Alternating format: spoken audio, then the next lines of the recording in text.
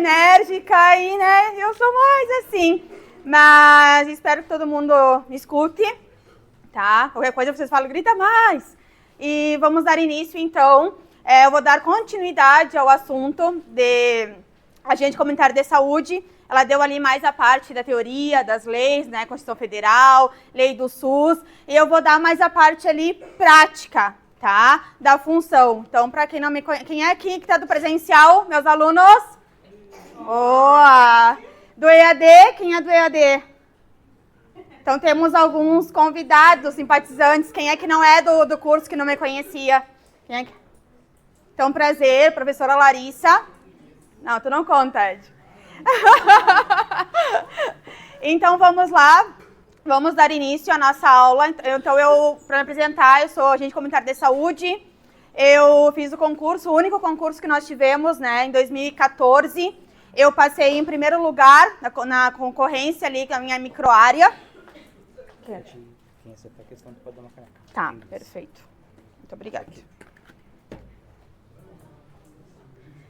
Tá? Para minhas turmas do EAD, do presencial, então eu dei toda essa parte da professora Lúcia, né? Eles trabalharam comigo essa parte das leis, enfim, Constituição Federal, Lei do SUS, decreto, PENAB, bastante conteúdo, então essa parte já foi dada, eu vou dar mais ali, o específico também vou falar um pouquinho sobre a PENAB e vamos lá dar início. Não sei se tu vai passando aqui, Carol?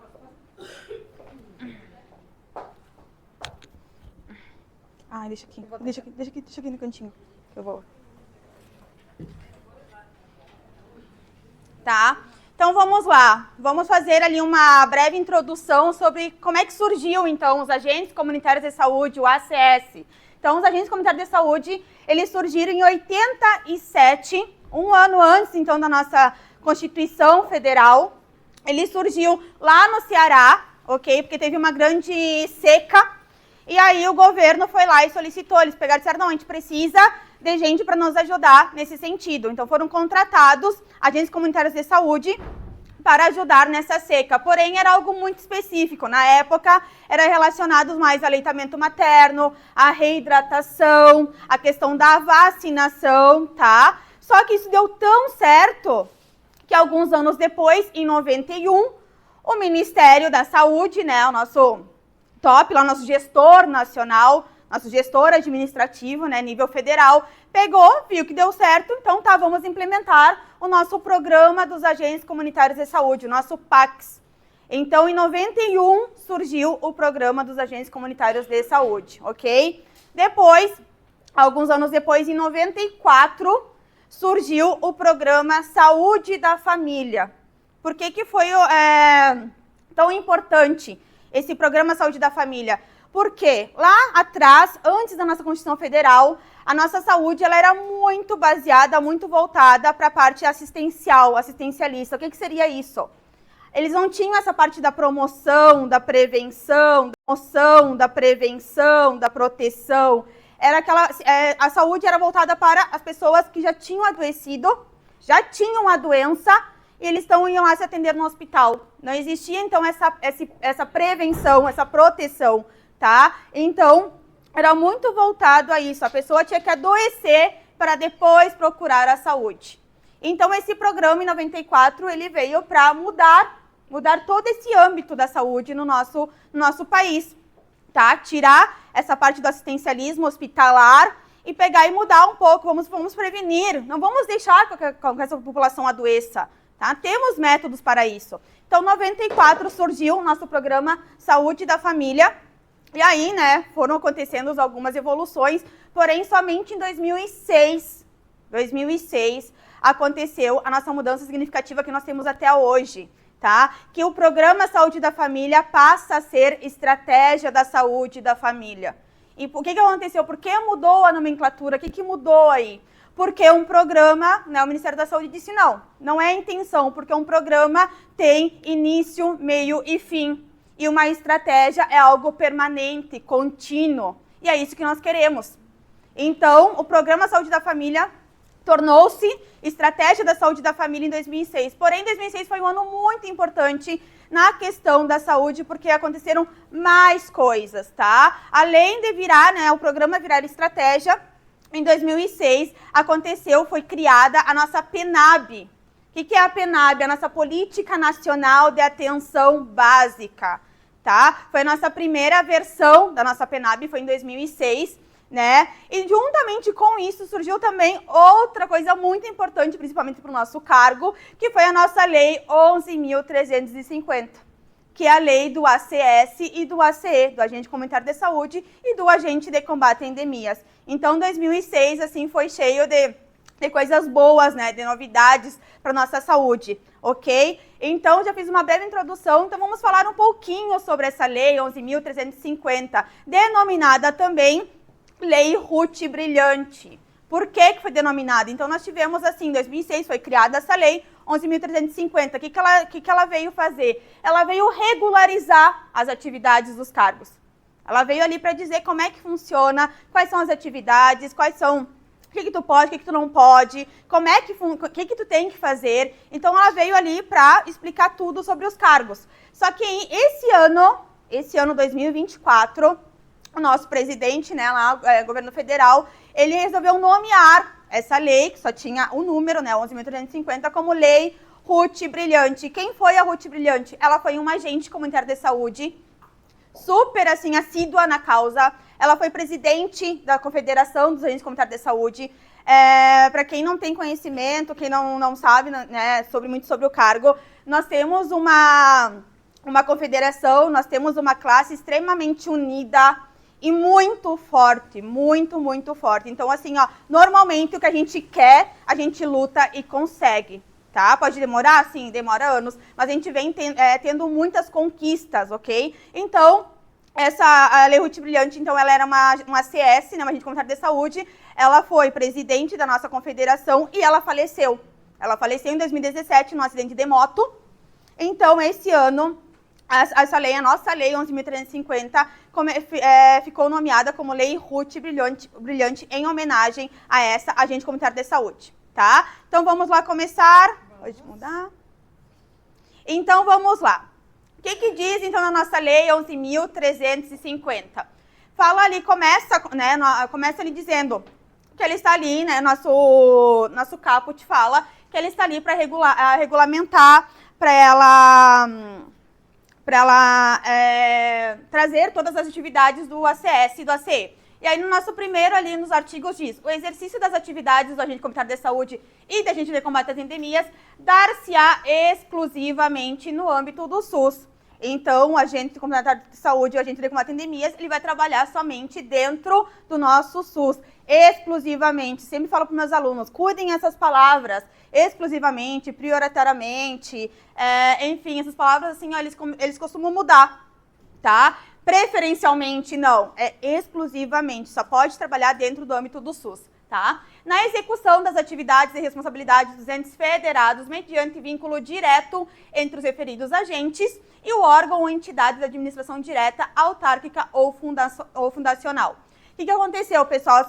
Vem acontecendo muitas mudanças, né? As leis estão sempre mudando. E o que diz aqui? Antes, os nossos ACS e ACEs, eles eram contratados. Os ACS, Agente Comunitário de Saúde, eram contratados pelo Estado e os ACEs eram contratados pela FUNASA, Fundação Nacional da Saúde, tá? Isso antes. Porém, foi colocado lá dentro da nossa Constituição Federal algumas mudanças. E o que diz hoje?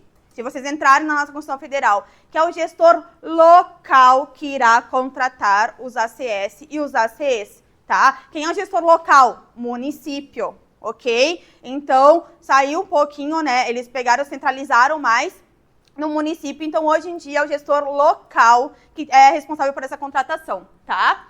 E aí fala ali, é essencial e obrigatória a presença de o agente comunitário de saúde na estratégia da saúde da família e o agente de combate a endemias na estrutura de vigilância epidemiológica e ambiental. Isso é importante vocês grifarem, vocês sublinharem, vocês anotarem.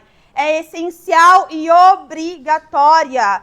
Uma estratégia de saúde da família, ela não existe sem agente comunitário de saúde. Se não tiver o agente comunitário de saúde, ela vai ser outro tipo. Ela vai ser outro tipo de estratégia, ela vai ser uma atenção básica, uma unidade básica de saúde. Vou dar um exemplo a nível de Livramento. Nós temos as estratégias de saúde da família, tá, nos bairros, e nós temos o PAN e a unidade sanitária. Esses dois, eles são unidade de atenção básica, eles são UBS, porque eles não têm agente comunitário. Quem é que se inscreveu aqui para o centro, provavelmente, né, eles têm essa ideia de implementar, ou na unidade sanitária, ou na saúde do idoso, acho que eles comentaram, que eles vão implementar a estratégia da saúde da família. Então, para eles virar, para a unidade sanitária, ou o PAN, ou a saúde do idoso virarem estratégias da saúde da família, eles precisam de agente comunitário de saúde, tá? Então, por isso que é essencial e obrigatório. Se não existe agente comunitário de saúde, não é uma estratégia, tá? É um postinho normal. Outras coisas as pessoas confundem, porque a gente tem esse costume de falar, lá o postinho do Wilson, o postinho do Santa Rosa, o postinho do Aro, o postinho, enfim, do Prado. A estratégia de saúde da família, ela não é o postinho, tá? O postinho, o posto de saúde, seria uma unidade básica de saúde. Seria o postão, que é a unidade sanitária, ou o PAN, tá? Então, assim, nunca confundam ou digam, é a mesma coisa. Não. Um posto de saúde não é estratégia de saúde da família, ok? Podemos dar continuidade. Tá? Aí, antes de entrarmos aqui nas atribuições, o que fala ali também na nossa lei 11.350?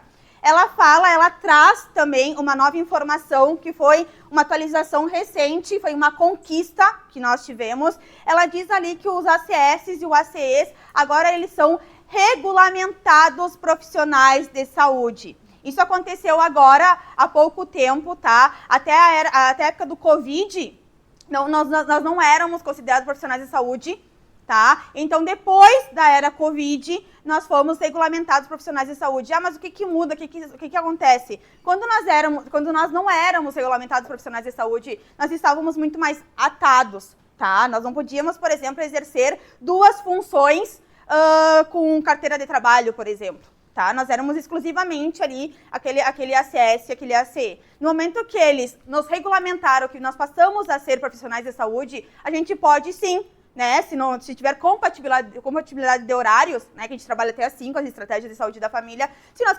quisermos ter outro trabalho após as 5 horas, nós temos direito, tá? Nós temos direito de ter outro trabalho, se tiver compatibilidade. Então, isso foi uma conquista também que nós tivemos e foi após o Covid. Então, são atualizações recentes, ok? E aí, falando aqui nas atribuições, então. Quais atribuições que o agente comunitário de saúde tem? Então, como atribuição ao exercício de atividades de prevenção de doenças e de promoção da saúde, a partir dos referenciais de educação popular em saúde. O que seria essa educação popular em saúde? São as práticas voltadas para o quê? Para a nossa promoção, proteção e recuperação. Como é que a gente chama? Proprore, tá? Então, nosso mnemônico, que eu trabalhei com meus alunos, nosso Proprore, tá? Por que isso é tão importante? A promoção à saúde, a proteção e a recuperação, eles estão dentro da nossa Constituição Federal, no artigo 196, nosso primeiro artigo da saúde, eles estão dentro da nossa lei do SUS, eles estão dentro da nossa PENAB, eles estão dentro da nossa lei específica, tá? Então é importante vocês terem isso em mente, vocês souberem, vocês decorarem, enfim, a nossa Proprore. Mas e por que eu preciso decorar? É uma coisa fácil, porque tem questões de prova que eles trocam. Eles colocam, por exemplo, promoção, prevenção e recuperação. E não é, tá? Se for no nosso Proprore, por isso que é importante vocês, né, assimilarem isso, Pro.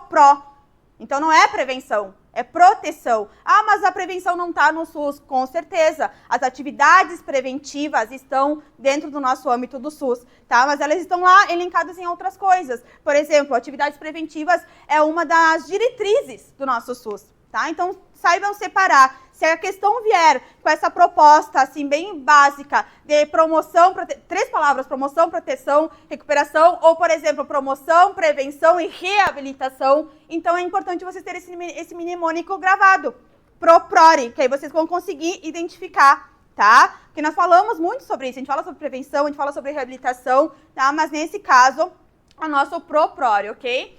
O que mais aqui? Sobre referenciais de educação popular em saúde. Então, essas práticas voltadas para o nosso ProProre e que eles que têm como objetivo criar os vínculos, tá? Criar esse diálogo com a população, a gente criar os vínculos, a gente poder passar educação para aquela população, para aquele usuário. Então, isso é educação popular em saúde. A gente tem as informações e a gente precisa transmitir as informações para aquele usuário que está lá na nossa área de abrangência, tá? Então, mediante ações domiciliares ou comunitárias, individuais ou coletivas. Ações domiciliares, vai ser nossas visitas domiciliares, nossos cadastros, elas são realizadas nos domicílios, a gente vai até o domicílio realizar. O que mais aqui? Comunitárias, quando a gente faz uma campanha de mobilização, tá? A gente faz alguma coisa para toda a população, é para toda a comunidade, tá? Comunitárias para toda a comunidade. Por que eu tô grifando isso? Porque essa próxima aqui tem uma diferença. Então, quando eu falo individuais, porque a gente vai conversar com aquele usuário, né? Por exemplo, o cadastro individual já diz o nome, tu vai conversar com aquele usuário específico,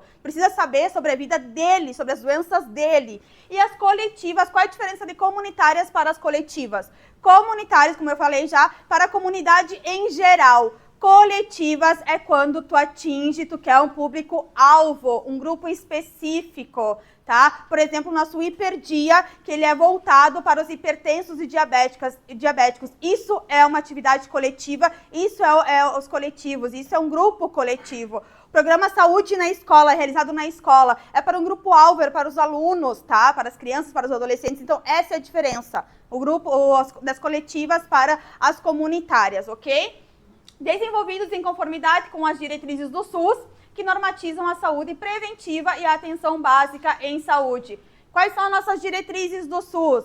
Ah, eles estão lá dentro da lei do SUS? Sim, eles estão. Mas lá dentro da nossa lei 8.080, o que diz? Que as diretrizes do SUS se darão em conforme com as diretrizes da Constituição Federal. Então, ele não coloca ali dentro da nossa lei do SUS quais são as diretrizes. Ele fala que as diretrizes estão lá na Constituição Federal. E quais são elas? São 3. O que é? Descentralização, com comando único em cada esfera do governo. O que é esse comando único em cada esfera do governo? Vai ter gestor em cada um. Na gestão local, município, estadual e federal, né? Municipal, nosso secretário de saúde, estadual, secretário estadual de saúde, e lá no governo federal, nosso ministro de saúde. Então, por isso que é comando único em cada esfera de governo. E por que descentralizado? Porque antes era tudo lá na União, tudo a União que fazia. Aí ela falou, não, peraí, vamos compartilhar, né? Vamos compartilhar essas obrigatoriedades, vamos compartilhar essas funções, tá? E aí a nossa outra, né, atividade integral, nossa segunda diretriz, atividade integral, tá? Porém, na nossa Constituição Federal fala que a atividade integral é voltada ali para as atividades preventivas, então ela dá importância, ela fala ali que vai ser atendimento integral voltado para as atividades preventivas. Então, ela dá uma importância, ela coloca ali as atividades de prevenção acima, mas ela segue e fala ali, sem prejuízo das atividades assistenciais. Então, se a pessoa já adoeceu, o que a gente vai fazer? A gente não vai tratar dela? Não. Nós vamos fornecer tudo o que ela precisa, que é o nosso princípio da integralidade, né? Pegar o indivíduo como um todo e fornecer para ele tudo o que ele necessita, ok? E o nosso terceiro e última diretriz é a participação da comunidade. Então, nós temos 3 diretrizes, que elas estão lá dentro da Constituição Federal e elas vão ser repetidas dentro da nossa Lei 8.080, tá? Dando continuidade, então, com o objetivo de ampliar o acesso da comunidade assistida às ações e aos serviços de informação, de saúde, de promoção social e de proteção da cidadania, sob supervisão do gestor municipal, distrital, estadual ou federal. Aqui só dando uma adenda antes de continuar, ações e serviços de saúde. Ações e serviços de saúde é a definição mais simples e sucinta do que é o SUS. O que é o SUS? Ações e serviços de saúde, tá? Vamos lá dar continuidade, então. Aí fala aqui, então vamos falar sobre a nossa atividade, tá? Já sabemos como é que funciona. Então, qual é a nossa atividade principal? Qual é a nossa atividade precípua? Então, fala aqui, no modelo de atenção em saúde, fundamentado na assistência multiprofissional em saúde da família. Por que multiprofissional, pessoal? Porque dentro de uma estratégia de saúde da família, nós temos vários modelos, vários cargos diferentes. Nós temos a médica, a enfermeira, né, o auxiliar, o técnico, tá? E o agente comunitário de saúde. É considerada atividade principal, mais importante. do agente comunitário de saúde em sua área geográfica de atuação a realização de visitas domiciliares rotineiras, tá? Visitas domiciliares rotineiras. E aí nós temos ali 3 divisões. Então, visitas domiciliares rotineiras, casa a casa, que é o nosso trabalho ali normalmente. Olha, hoje eu vou pegar a Rua dos Andradas, primeira quadra. Então, eu vou indo casa a casa, né? Um do lado do outro, vou chegando, batendo, né? Então, casa a casa. Outra possibilidade, para a busca de pessoas com sinais ou sintomas de doenças agudas ou crônicas, de agravos ou de eventos de importância para a saúde pública. Então, essa busca de pessoas se chama busca ativa. Lá no nosso sistema, nos nossos cadastros, diz ali, busca ativa. O que é isso? A gente sai da nossa rotina, de ir lá na Andradas, conversar com todos aqueles usuários daquela quadra, e nós temos que ir lá na Rivadavia, porque nós temos alguma pessoa com alguma intercorrência, tá? Isso acontece muito quando, por exemplo, a enfermeira, a médica, o médico, enfim, ele vai lá e nos chama e nos diz, olha, eu preciso que tu vá na casa tal, porque aquela pessoa faltou na consulta, porque aquela pessoa está com tratamento e eu não sei se ela está realizando corretamente, porque aquela gestante não apareceu no pré-natal, tá? Porque nós temos um bebê que ele está com as vacinas atrasadas, então é uma busca ativa específica, tá? Para as pessoas que estão com alguma condicionalidade, intercorrência de saúde, de agravo, ok? E aí, a terceira é a realização que a gente vai fazer. Consequentemente, encaminhamento para a unidade de saúde de referência. Isso eu sempre falo para os meus alunos, pessoal, né? Que meus alunos sabem. Nós, ACS, Agentes Comunitários de Saúde, nós somos um pouco limitados. Por quê? Porque o nosso poder é a fala, é a informação, é a educação, é a promoção da saúde, promocionar a saúde. Porém, nós somos muito limitados na questão de pegar e agir, tá? Não compete a nós chegar lá e dizer, olha, eu tenho que fazer isso, isso, isso e aquilo. Então, qualquer intercorrência, se tu chegar numa casa e aquela mãe falar, olha, o meu filho teve diarreia, o meu filho está vomitando, ou eu estou com isso e aquilo, nós não podemos, tá? Na nossa cabeça dizer, tu pode fazer isso e aquilo, não. Então, sempre, em qualquer situação, encaminhar imediatamente para a estratégia de saúde da família, tá? Nós somos bem limitados nisso, nós temos uma que outra coisa que o Ministério da Saúde, enfim, nos dá poder de fazer, que a gente vai até falar um pouquinho no final da aula, mas, via de regra, a gente só está ali para passar informação, coletar informações e falar. Qualquer intercorrência, qualquer problema, ir imediatamente para a estratégia de saúde da família, tá? Então, isso é importante, ok? Pode dar continuidade, Carol? Vamos lá. Então, nós temos aqui a gente já falou sobre atividade precípua. Então, nós vamos explicar um pouquinho melhor. A gente já sabe que a nossa atividade precípua são as visitas domiciliares, né? Periódicas, rotineiras. Agora, a gente vai explicar um pouquinho mais sobre isso. Então, no modelo de atenção em saúde, fundamentado na assistência multiprofissional em saúde da família, são consideradas atividades típicas do agente comunitário de saúde em sua área geográfica de atuação. Isso a gente vai trabalhar agora em seguida sobre a área geográfica. Cada agente comunitário de saúde tem a sua área, a sua micro-área, tá? Por isso que fala aqui na lei. Aí fala ali, a utilização de instrumentos para diagnóstico demográfico e sociocultural. Quais são esses instrumentos? Tu vai andar lá com, não sei, com aparelho de pressão, com um estetoscópio? Não.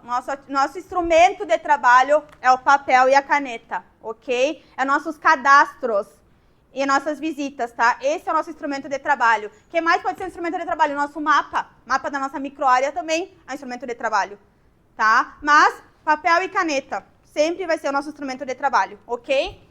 O que mais ali? Detalhamento das visitas domiciliares com coleta e registro de dados relativos às suas atribuições para fim exclusivo de controle e planejamento das ações de saúde. Então, esse detalhamento das visitas domiciliares é o que a gente vai fazer através dos cadastros. A gente vai lá cadastrar, a gente vai coletar informações, dados daquela família. Nós vamos perguntar ali dados referentes ao domicílio, dados referentes as condições ali sociais, perguntar coisas específicas para aquele usuário, sobre doenças, sobre dados dele mesmo ali, né? Perguntar nome, idade, enfim.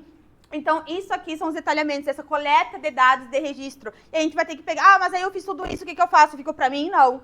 Eu vou passar para um sistema. Eu vou abastecer um sistema, ok? tá? E depois ali, mobilização da comunidade e o estímulo à participação nas políticas públicas voltadas para as áreas de saúde e socioeducacional. Então, o nosso trabalho também é atuar na comunidade, tá? Se nós temos que saber quais as potencialidades que nós temos. Se nós temos uma associação de moradores, por que não fazer campanhas de mobilização, de incentivo, palestras, rodas de conversa, tá? A gente tem que pegar e fornecer para aquele usuário informações, mas a gente também tem que pegar e incentivar aqueles usuários a fazerem algo, a se preocuparem, a quererem participar do SUS, tá? A gente tem que incentivar eles também, porque não adianta só reclamar. Eles têm esse poder, a população tem esse poder, para isso que existe a participação da comunidade, as conferências de saúde, tá? Nós temos esse poder, nós temos a mobilização social. Então, nós, como agente comunitário de saúde, nós também temos o poder de incentivar aquelas pessoas na questão ali de procurarem saber mais, de procurarem estar mais dentro do SUS, ok? Pode dar continuidade. E aí depois, pessoal, antes de nós entrarmos na PNAB, eu preciso falar com vocês algumas coisas mais sobre a nossa lei 11.350, tá? Então, nós temos ali as atividades típicas do agente comunitário de saúde. Ah, não sei, mas cadê o de endemias? Também está nessa lei, tá? Depois nós temos atividades típicas do ACE. O que mais que nós temos? Nós temos ali também dentro atividades em comum do agente comunitário de saúde com a equipe, ok? E nós temos também atividades em comum do agente comunitário de saúde com o agente de combate a endemias. Nós também temos essas informações dentro do nossa lei 11.350. Outra coisa, quais são as obrigatoriedades para vocês, que irão fazer a prova domingo que vem, terem a posse, tá? Começarem a trabalhar, né, como ACS ou como ACE. Valendo um bombom lá. Valendo um bombom. Quem é que seja... Tá no EAD e tá no presencial. Qual é as obrigatoriedades para ti conseguir? O que que precisa? Vamos ver quem vai falar. Vamos lá. Residir na área de abrangência, o que mais?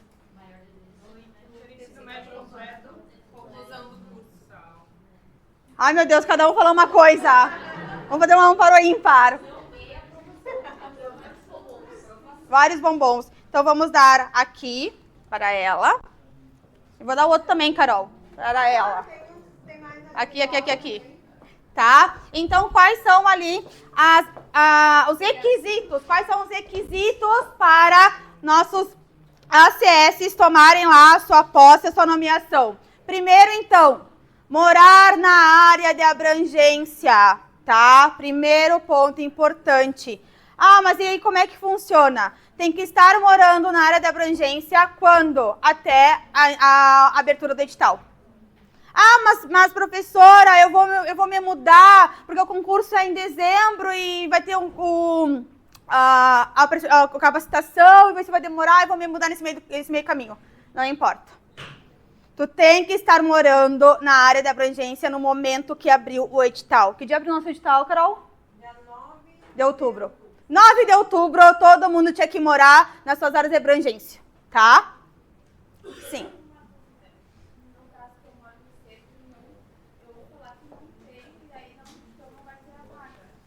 Tu te inscreveu para SF Centro?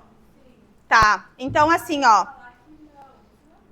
É que assim, ó, pessoal, SF Centro, ela existe? Ainda não. Mas é o que eu tava falando ali no início da aula. Tem potencialidades. Eu não sei se eles vão fazer na unidade sanitária, se eles vão fazer na saúde do idoso, se eles vão fazer no PAN. Alguma dessas vai virar uma estratégia de saúde da família, tá? E vai ser gigantesca, vai ser várias equipes, tá? Acredito que no mínimo, do mínimo, vão chamar 15, por baixo. Ah, ainda não existe, não, mas para isso foram criados cargos reservas, porque assim que aquelas UBSs virarem estratégia da saúde da família, todo mundo vai ser chamado, tá?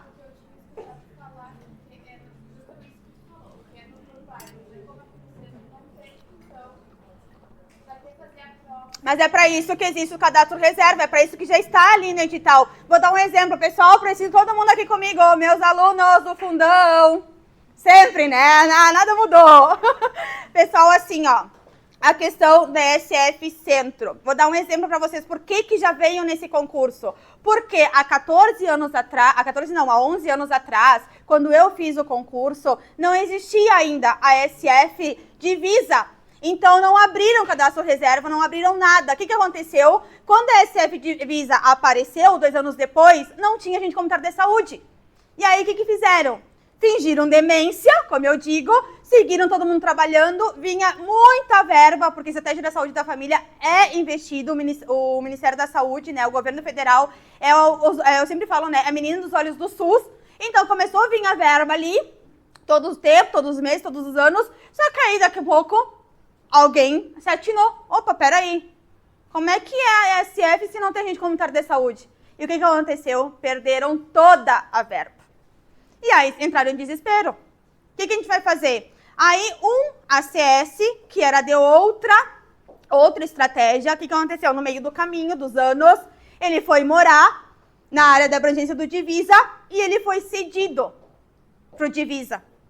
E aí, são 13 equipes no Divisa, tá? Então, no mínimo, tinha que ter 15 lá, 15, 16. E aí, esse único ACS tá ali respaldando todo o Divisa, sozinho.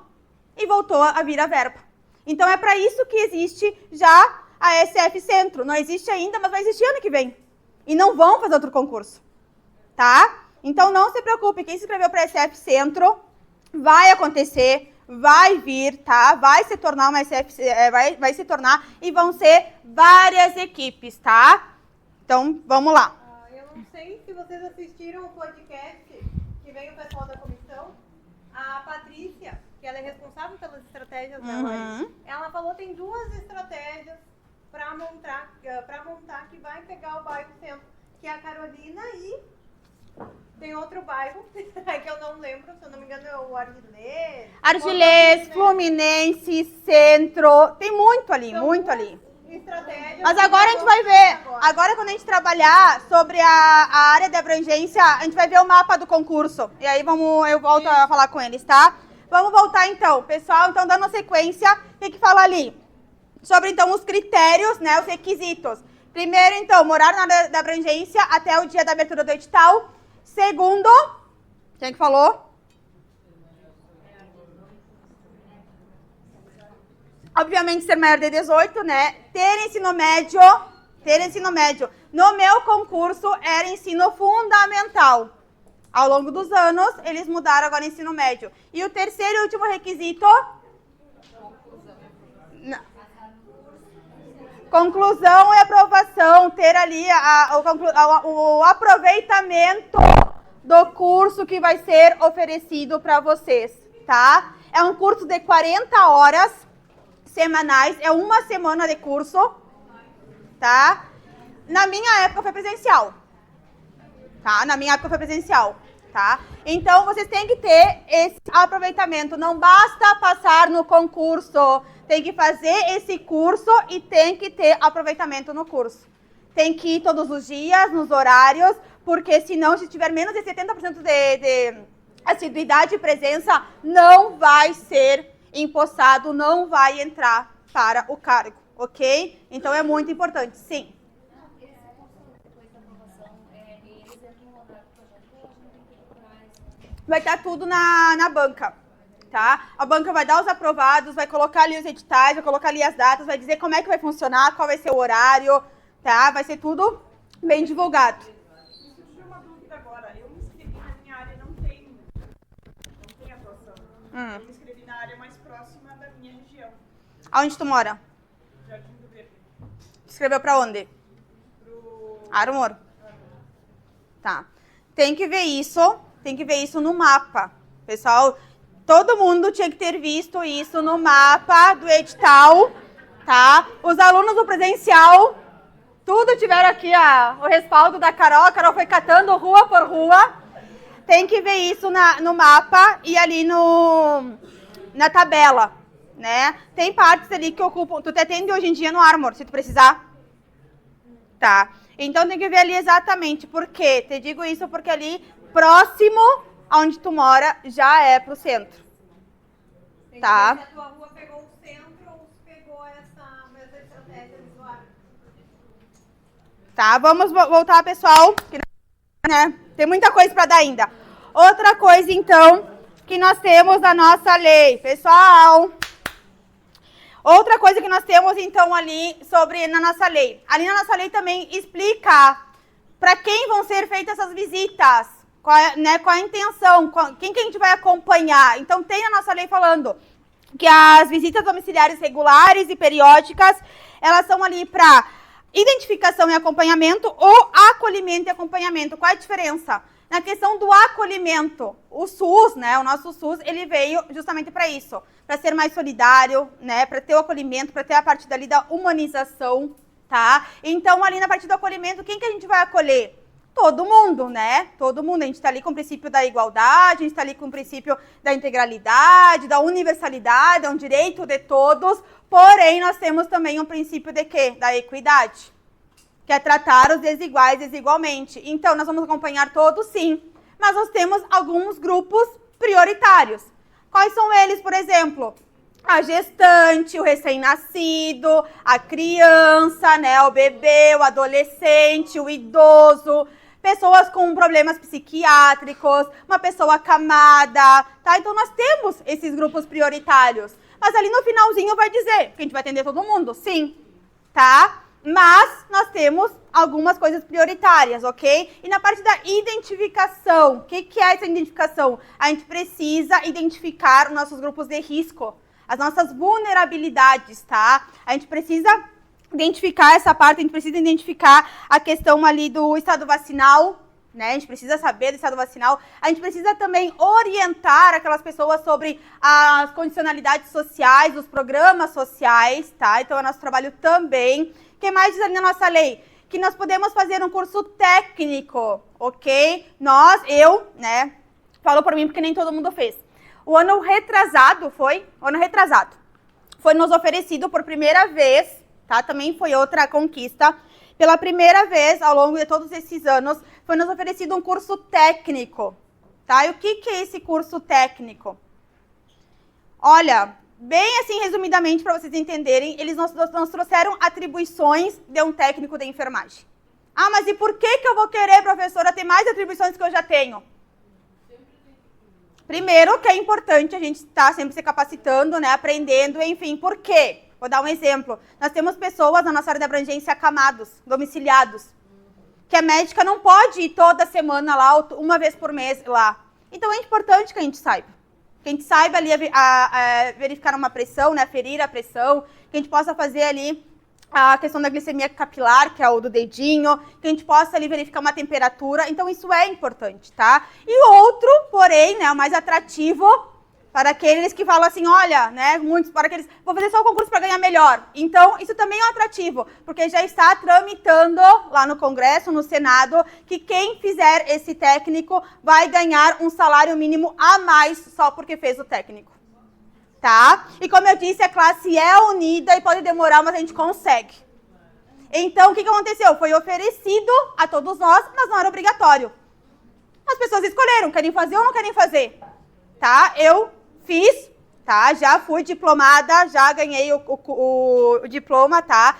Esse curso, ele é oferecido e ele dura mais ou menos em média de 9 a 10 meses. Ele é semipresencial, então as aulas, as provas, tudo, ele é EAD. Porém, lá no final, nós temos aulas práticas. Para quê? Justamente para a gente saber primeiros socorros, saber aferir uma pressão, saber, né, mexer ali no da glicemia, verificar uma temperatura. Então, toda essa parte mais do dia a dia, a gente precisa fazer presencialmente, tá? Então, ali no final do curso, foi feito toda essa parte presencial, ok? Então, ali diz, a nossa lei fala que quem fizer curso técnico tem mais algumas atribuições. Quais são elas? Aferir pressão arterial. Então, a gente precisa saber primeiro. Ah, mas eu sei aferir, mas qual é os valores? Quem é hipertenso, qual é os valores, meus alunos? 14/9, tá? Diabetes, a glicemia, qual é o normal? De 70 a 99, 100, tá? O que é considerado febre? 37,5 já é considerado febre. Aí vai aumentando, febre alta, né? Tá? Então, nós temos aí, nós fizemos esse curso, e aí fala ali, na nossa lei também fala, tá? Que a gente tem novas atribuições. A gente também pode, o que a gente pode fazer? Quem tem curso técnico, quem fez esse curso técnico, a gente já tem mais atribuição, a gente pode fazer mais alguma coisa, a gente pode fazer a orientação dos medicamentos que aquela pessoa está tomando. Um idoso que não entende, uma pessoa analfabeta. Então, a gente já consegue fazer um pouquinho mais de coisas, tá? Ok? E aí, resumidamente, o que mais nós temos lá? Fala também que ali nós vamos trabalhar 40 horas semanais, tá? Então, de segunda a sexta, 40 horas semanais. O que mais que fala ali? Sobre o salário, então, né? Nem é na nossa lei 11.350, é na Constituição Federal. Fala ali que não pode ser inferior a 2 salários mínimos, o salário base, né? Tirando insalubridade, enfim, vale alimentação, 14º, que mais? Quem fizer esse técnico for aprovado, tá? Então, nós temos outras aí gratificações, ok? E aí, nós entramos na nossa PENAB, tá? Lembra que eu falei pra vocês que a PENAB, ela surgiu também em 2006, né? Junto ali, foi várias coisas que aconteceram. Então, a PENAB, ela surgiu em 2006, foi essa primeira versão, porém, como tudo, ela vem atualizando, tá? Então, nós tivemos a primeira versão 2006, segunda 2011 e terceira 2017, ok? O que aconteceu? Até vou fazer um parágrafo. Quando nós começamos a estudar, né, no meu caso, para dar a PENAB para o EAD e para meus alunos, eu fui olhar o edital e dizia ali PENAB 2011. E eu chamei a Carol e falei assim, Carol, eles botaram no edital 2011, como assim se não temos uma mais atualizada? E agora o que eu faço? Ah, mas não é tudo igual? Não. Os dados mudam, os números mudam, tudo muda de uma atualização para outra. E a Carol falou, não, Larissa, já vou mandar um e-mail para eles reclamando.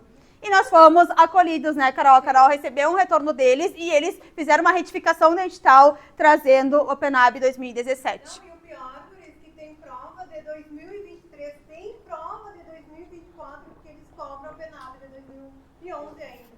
Que loucura, né? Aí eu coloquei todas as alterações da PENAB.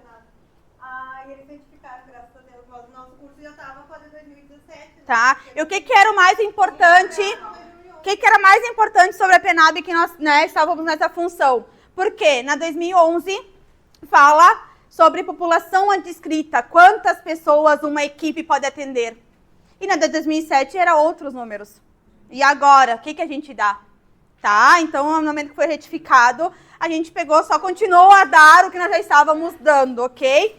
Então, vamos lá. Então, a PENAB 2017, tá? Ela é de 21 de setembro de 2017, ok? E aí, o que fala aqui? Então, é a Política Nacional de Atenção Básica. O que seria essa Política Nacional de Atenção Básica? Ela veio ali para reorganizar a nossa saúde. O que ela veio fazer? Ela veio ali tirar o foco da doença e focar no indivíduo e na família. Tá? Ela veio por terminar com essa parte de assistencialismo, de atendimento hospitalar, né, ambulatorial. Isso vai continuar sendo, obviamente, oferecido, mas ela tirou esse foco. Ela veio reorganizar toda a nossa atenção básica. Tudo lá que acontece na porta de entrada, ok? E por que está aqui esses dois dados? Porque, como já dizia, né, a Política Nacional da Atenção Básica, tá? Então, atenção básica... tu botou 2 vezes, atenção primária e atenção primária. Tá? Então, foi um descuido aqui. Seria atenção básica e atenção primária à saúde, tá? Então, o que aconteceu, pessoal? Em 2020, tá? 2020, eles equipararam esses dois termos. Então, viraram a mesma coisa. Atenção básica e atenção primária à saúde são exatamente a mesma coisa, ok? Tá? Sou eu, não se preocupe. Então, atenção primária e atenção básica ficaram equiparados, são significados, tá? De um pro outro. Básica, né? Isso, atenção básica. Tá? E aí, o que acontece? Então, como eu falei pra vocês, a PENAB, ela veio pra dar uma organizada, ela veio pra dar uma... Como eu posso falar? ela veio ali mesmo para orientar como é que vai funcionar a nossa atenção primária ou atenção básica. Ela veio ali para reorganizar, então, tirar o foco da doença e focar no indivíduo e no usuário. Trazer ali mais a promoção de saúde, trazer mais prevenção, trazer ali as atividades preventivas, trazer mais proteção, trazer mais essa coisa do vínculo, tá? É importante isso, o vínculo, o acolhimento, ok? Então, ela veio ali com essa função, tá? A Nação Política Nacional veio com essa função. Carol, pode trocar? Como é? Ok? Ah, não. Errei.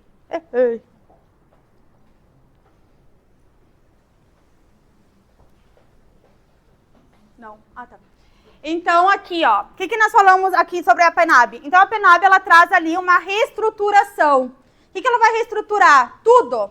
Como vai funcionar, o que vai ter, o que não vai ter, o que pode vir a ter, como é que, né, toda essa parte aqui. E o que ela diz ali de essencial para nós, a nossa prova? Ela fala ali que a estratégia de saúde da família vai ser a nossa estratégia prioritária, a nossa estratégia preferencial. Ah, mas não vai existir mais nada? Vai seguir existindo outros tipos de atenção básica, atenção primária. Mas mesmo que outras existam, na nossa PNAB diz bem claro, todas elas vão ser incentivadas a virarem estratégia de saúde da família. Então, eles querem terminar com todas as demais tipos de atenção básica, né, atenção primária, e que tudo vire estratégia de saúde da família, tá? Por isso que eu sempre falo que a estratégia de saúde da família, ela é menina dos olhos do SUS. O SUS investiu tudo e investe tudo na estratégia da saúde da família. E por que ela é tão importante? Primeiramente, porque ela é a nossa porta de entrada, né? Ela que está lá nos bairros. Então, ela é a nossa porta de entrada, ok? Segundo, porque no momento que tu, através dos agentes comunitários de saúde ou da própria equipe multiprofissional, tu tá ali promocionando saúde, passando informação, explicando por que precisa vacinar, por que precisa fazer exames regulares, por que precisa fazer teste rápido, por que precisa fazer um Papa Nicolau. Quando tu tá passando informação, tu tá atuando na promoção, tu tá atuando na proteção, né? A proteção seria a vacinação, e na prevenção, tá? E aí, por que isso é importante? Porque pessoas que não adoecem, para o SUS é válido. Por quê? Porque é muito mais barato para o SUS e oferecer um preservativo do que oferecer um tratamento para AIDS, com medicamentos caríssimos. Entendem? Então, por isso que o SUS investe tudo nas estratégias de saúde da família, porque para o SUS é válido, tá? Que outra coisa, que informação outra que eles trazem para nós? Mesmo que a estratégia de saúde da família, ela não tenha muita tecnologia, que ela não tenha ali exames, que ela não tenha ali algo muito específico. Mesmo assim, sem ela ter essa tecnologia, ela é resolutiva. O que é isso? Uma estratégia de saúde da família bem realizada, bem implementada, bem consolidada, ela resolve 90% dos problemas de saúde daquela população. Ela é muito eficaz. Tá? Então, por isso que aí o SUS investe tanto e fala tanto sobre a estratégia de saúde da família, ok? Vamos lá, então. E como é que funciona, então, essa equipe? Quais são as obrigatoriedades para que existam uma estratégia de saúde da família? Médico, então, né? Primeiro, médico, isso é obrigação, pessoal. Se não tiver isso, não vai ter estratégia de saúde da família, ok? Aí vai ser um posto, tá? Então, médico, preferencialmente, né? Médico da saúde da família, o enfermeiro, né, preferencialmente, que tem ali a capacitação na saúde da família, auxiliar ou técnico de enfermagem e agentes comunitários de saúde. Isso é a equipe obrigatória, ok? Se não tiver agente comunitário de saúde, não vai ter estratégia, tá? O que mais aqui? Aí fala que podem ser acrescentados. Acrescido o quê? A questão ali da saúde bucal. O dentista, o auxiliar bucal, na minha estratégia tem, tá? Na minha estratégia tem essa parte da odontológica, ok? Pode dar continuidade, Carol?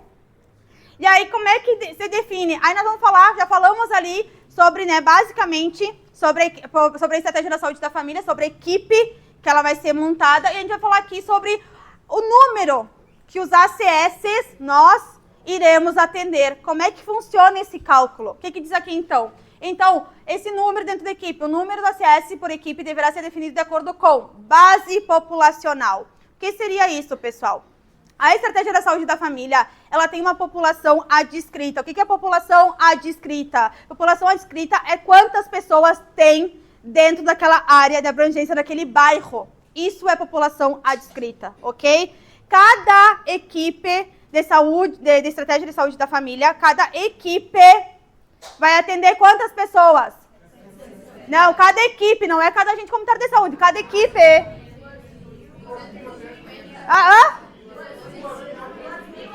Não, peraí, levante a mão, vamos ver. Quem quer? Vamos ver aqui primeiro. 2.000 a 3.500 pessoas é a população adscrita de uma equipe de estratégia da saúde da família. Qual é a diferença, professora? Porque uma estratégia pode ter várias equipes. A exemplo do Armor. O Armor tem 3 equipes. Então, cada equipe é responsável por de 2.000 a 3.500 pessoas, ok? Então, quer dizer que no Armor, mais ou menos, se vai ter 3 equipes, tem que ter 9.000. Mais ou menos, né? 10.000 e algo, né? Mais ou menos essa quantidade, tá? O que mais, então? E voltamos aqui, então, base populacional. A gente precisa saber quantas pessoas moram na nossa área de abrangência, ok? Critérios demográficos, epidemiológicos, socioeconômicos, tá? Aí fala ali, nós vamos trabalhar isso agora em seguida. Aí fala ali, cobertura de 100% da população, com número máximo de 750 pessoas por ACS. Então, cada agente comunitário de saúde vai ter a sua microárea. A microárea é o que pertence a ele. E ela pode atender, no máximo, 750 pessoas, tá? Eu sempre digo para meus alunos, as provas amam números, datas, tá? Dados. Então, vocês precisam saber. Uma equipe, então, na saúde da família, 2.000 a 3.500, né? Equipe geral. E a microárea que pertence a cada um de nós, dentro daquela equipe, no máximo 750 pessoas. Ok? Vamos lá, então. Para a equipe da saúde da família, então, a carga horária é 40 horas semanais, tá? Para todos os membros, médico, ACS, técnico, tá? Todo mundo. Pode passar, Carol? E aí a pergunta, né, que já respondemos, então, qual a população recomendada adscrita de uma ESF? Letra B. Letra B. Então, né, 2.000 a 3.500, ok? Então, a PNAB, ela traz ali muitos dados sobre isso. Ela traz também outras atribuições do agente comunitário de saúde, tá? Ela traz o que mais? Ela fala sobre a nossa redes de atenção à saúde, as nossas RAS, que também isso cai em prova, estão ali dentro do nosso decreto federal, tá? Nós não vamos, acho que, passar por aí, mas estudem o decreto federal, ele explica ali sobre isso, tá? Sobre essas regiões de saúde. O que seria essa RAS, essa rede de apoio? Seria o que a gente tem no nosso SUS, tá? Nosso foco central, nossa porta de entrada preferencial é a SF. Mas a gente tem outras redes de apoio, a gente tem um CRAS, a gente tem o CAPES, a gente tem a saúde do idoso, a gente tem o CREAS, né? A gente tem outras, a gente tem os hospitais, tá? Então a gente tem que ter uma rede de atenção à saúde, tá? Se a gente não consegue, né, por exemplo, numa estratégia de saúde da família, se a gente não consegue resolver o problema daquele usuário, se ele precisa de mais tecnologia, o que a gente vai fazer? A gente vai passar adiante, né? Isso que a gente fala sobre a questão ali de regionalização e hierarquização. A gente vai passando adiante. Se a gente não conseguiu atender lá na estratégia, a gente vai passar para o hospital de pequeno e médio porte, né? Ou uma UPA, ou pronto-socorro. Se mesmo assim aquele usuário estiver grave, vai passar para o terciário, para o nível terciário. O que seria? Aqueles hospitais de alta complexidade. Então a gente vai ali, né, oferecendo para aquele usuário tudo o que ele necessita. Então vem falando também, na nossa PNAB fala sobre isso. Fala sobre outros tipos de atenção básica. Nós temos atenções básicas fluvial, ribeirinhas, nós temos o gabinete móvel odontológico, nós temos outros tipos de oferecimentos de saúde, porém, nossa estratégia principal, preferencial, prioritária, olhos do SUS, estratégia da saúde da família, ok? Então, na revisão de vocês essa semana, nesse último GAS, prestem atenção e estudem sobre a estratégia da saúde da família, porque é onde o agente comunitário de saúde está inserido, tá? Vamos lá, então? E aí, nós vamos começar a falar sobre como nós vamos definir essa microárea, como é que a gente vai conseguir definir, como é que a gente vai saber aonde que a gente vai trabalhar? Através da territorialização. O que é a territorialização, então? É o espaço geográfico onde uma equipe de saúde irá atuar, ok? Espaço geográfico, vamos definir, tá? Vamos definir aonde que a SSF vai ser inserida. Por exemplo, há 11 anos atrás não existia estratégia da saúde da família. O que eles fizeram? Eles pegaram os postos e tornaram eles estratégia, mas eles tiveram que delimitar aquela área. Eles precisavam saber qual é a população que aquela área tinha, como é que eles iam saber, como é que eles fizeram. Então, eles têm lá a Secretaria de Saúde, ele tem ali uns dados, um mapeamento, um georreferenciamento, podiam pegar os dados do IBGE, podem ter ido, né, casa a casa, verificar. Eles fizeram ali a primeira parte, eles fizeram ali essa pré-introdução da territorialização. E aí fala quais características, então, que a gente precisa ver na territorialização. Primeiro, a característica territorial, que é o que a gente está falando. Ambiental. Ver ali as condições, pessoal, ver ali o ambiente que tu está inserido, onde está aquela estratégia. Questão de saneamento básico, de esgoto, tá? E por que isso é importante? Porque tem muitas doenças relacionadas a saneamento básico, tá? Muitas doenças relacionadas a esgoto não tratado, ok? Então, a gente precisa saber desses dados. Outra coisa, demográfico. O que é demográfico, meus alunos? O que é? Dados o quê? Demográfico... Olha, eu vou dar um puxão de orelha em vocês. Dados demográficos são dados quantitativos. Quantas pessoas tem naquela área de abrangência? Quantos homens, quantas mulheres, quantas crianças, quantos idosos, quantos hipertensos, quantos diabéticos? Isso são dados demográficos, ok? Depois, epidemiológicos. É fazer o levantamento de quais os problemas de saúde que aquela população tem. Quais são os grupos de risco. O que prevalece ali? Né? A gente precisa fazer esse levantamento, esse estudo, para saber qual é a prevalência de doenças. Para isso, a gente tem ali, quando a gente entra, a gente tem ali no Ministério da Saúde os dados, os boletins epidemiológicos. E o que diz ali? Olha, no nosso país, nós temos a primeira causa-morte é tal, a segunda causa-morte é tal, as doenças mais prevalentes de maior comorbidade é tal, tá? Então, isso são os dados epidemiológicos. Dados socioeconômicos são relacionados aos determinantes e condicionantes da saúde, tá? Estudamos isso na nossa lei do SUS, ok? O que seriam os determinantes e condicionantes? Todos aqueles, né, que a gente fez ali como é que a gente fez ali todo um ensinamento ali. Então, o que acontece ali?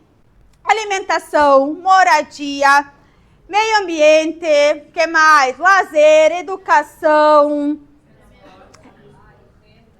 renda, transporte, serviços essenciais, que seria o próprio SUS, tá? Então, esses dados socioeconômicos relacionados aos determinantes e condicionantes da saúde estão todos elencados bem no início da nossa lei 8.080, tá? Então, dê uma olhada novamente depois, estão tudo lá.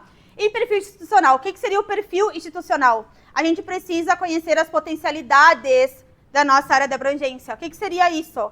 A gente precisa saber se tem escola, se tem igreja, se tem o quê? Um asilo, um hospital, se tem enfim, todas as potencialidades, se tem comércio, se tem, enfim, né, diversos tipos. Isso é perfil institucional, desculpa. Vamos lá da sequência. E aí vamos classificar o território. Aqui começa a questão do nosso trabalho. O que é? Território distrito. Vou explicar para vocês, depois eu vou mostrar um mapa. Território distrito, então. Ou distrito sanitário, é divisão político-administrativo de uma área geográfica que, além de comportar uma população com características epidemiológicas e sociais, contém os recursos de saúde para atendê-la. O que é esse distrito sanitário? Seria o município. Santana do Livramento é um distrito sanitário, tá? Ele todo é um distrito sanitário, ok? Território área. Então, território área corresponde à área de abrangência de uma unidade básica de saúde ou à área de atuação da ESF, que deve ter enfoque na vigilância à saúde. Então, território área é onde está a ESF. ESF Prado, Divisa, Santa Rosa, Wilson, Armor, Tabatinga, Caique. Isso é o território área, tá? É o que a ESF vai atender. É aquela população que está ali, né? 2.000 a 3.500, ok? E o território microárea, que é o nosso território. Então, é o território microárea, é a subdivisão do território área, de responsabilidade da SF e corresponde à área de atuação do ACS. Então, esse território microárea, quantas pessoas vai ter nele? 750 no máximo, ok? Isso é a classificação dos territórios. Então, território distrito ou distrito sanitário está no Livramento. Território área são os bairros onde estão as ESFs. E o território microárea é dentro daqueles bairros, né? Por exemplo, a ESF Prado, tá? Que é uma equipe. Dentro dessa área vai ter as microáreas. Então, dentro do Prado, nós vamos ter outras subdivisões, que poderiam ser algumas vilas, né? Porque a gente tem o bairro Prado, por exemplo. Eu moro no bairro Prado, mas eu moro numa vila com nome tal, né? Então, nós temos o bairro, que é mais abrangente, e depois nós temos ali do Armor, nós temos dentro do Armor São Paulo, enfim. Então, é uma outra subdivisão. E aí, vamos exemplificar no mapa, né, Carol? Então, isso aqui está no nosso edital. Isso aqui todo mundo tinha que ter visto antes de se inscrever. Tá? Todo mundo tinha que visualizar isso aqui. Ah, mas não tá com o nome das ruas. Nós tínhamos uma tabela. No nosso edital tinha uma tabela explicando sobre as ruas e divisões, ok? Então, o que nós temos aqui? Esse mapa inteiro é o nosso distrito sanitário. É Santana do Livramento. Essas cores aqui são os territórios áreas. É onde estão as ESFs. Essas cores aqui. Então, nós temos aqui, ó, essa azul é Prado, tá? Essa aqui, lilás, roxa, é Santa Rosa. Essa aqui, Vila Real, e assim vai indo. Essas colorações são as nossos territórios área, onde estão as nossas ESFs. E o branco, o que é o branco? O branco é o centro, tá? O branco é o centro, ok? Vamos lá, então. Tudo claro? Vamos lá, então. Vamos lá, questão. Considerando os conceitos de territorialização, o território de atuação do agente comunitário de saúde corresponde a microárea. Muito bem. Assim vai ser difícil dar os brindes, porque, né, todo mundo aí colaborando. Tá, então vamos lá, dá continuidade. Mapeamento. Então, já fizemos esse espaço geográfico, já delimitamos esse espaço geográfico, ok? Já sabemos aonde que a estratégia de saúde da família vai atuar. O que seria esse mapeamento, então? Depois que a gente fez a territorialização, a gente vai fazer o mapeamento. Esse mapeamento, então, é uma coleta de dados. Cria-se um mapa do território área, o qual é o instrumento da SF, que pode ser utilizado para o planejamento em saúde, além de auxiliar no processo de diagnóstico local e identificação das prioridades de saúde da população. Cada equipe de saúde da família necessita possuir o mapa de sua área de abrangência e deve estar afixado em um espaço reservado da unidade de saúde para uso de todos os profissionais. Então, nós vamos ter um mapa, tá? Cada equipe, pessoal. Então, no caso, por exemplo, da SF Armor, que são 3 equipes, vai ter que ter 3 mapas, ok? Cada equipe vai fazer o seu mapa. E o que vai ter naquele mapa? Tudo. Quais as ruas que pertencem àquela equipe, vai ter ali os dados sobre o que cada ACS vai estar, onde ele vai estar. Vamos colorir aquele mapa, como esse outro que nós vimos. A gente vai colorir aquele mapa com as microáreas. A gente vai colocar ali quais as potencialidades que nós temos. Se a gente tem escola, a gente tem isso, a gente tem aquilo, vai estar tudo nesse mapa. E ele tem que estar fixado num lugar visível para o quê? Para a população e o usuário ver. Olha, eu me mudei hoje, me mudei semana passada para cá. Eu não sei com quem que eu tenho que falar. Se o mapa está ali fixado, ele vai olhar e vai saber. Tá? Vai dizer ali, olha, microárea 3 pertence a tal rua e a agente comunitária de saúde tal. Então, isso é um mapeamento, ok? A gente vai fazer um mapeamento da área toda e depois a gente vai fazer um mapeamento da nossa microárea. A gente precisa saber onde a gente vai trabalhar. Quais são as ruas que pertencem a nós, que número começa, que número termina, quais são ali as ruas que quebram ali, as divisórias ali das ruas. A gente precisa saber, tá? Vamos lá dar continuidade. Então, aqui nós temos o mapa. Na época, em 2014, não existia essa tecnologia, então a gente foi lá e desenhou à mão. Bem lindo, bem bonito, tá? Então, isso aqui é uma estratégia de saúde da família, tá? E aí, aqui é Vila Real. Vila Real, então aqui, ó, esse azul é a microárea 1, pertence à agente comunitária tal.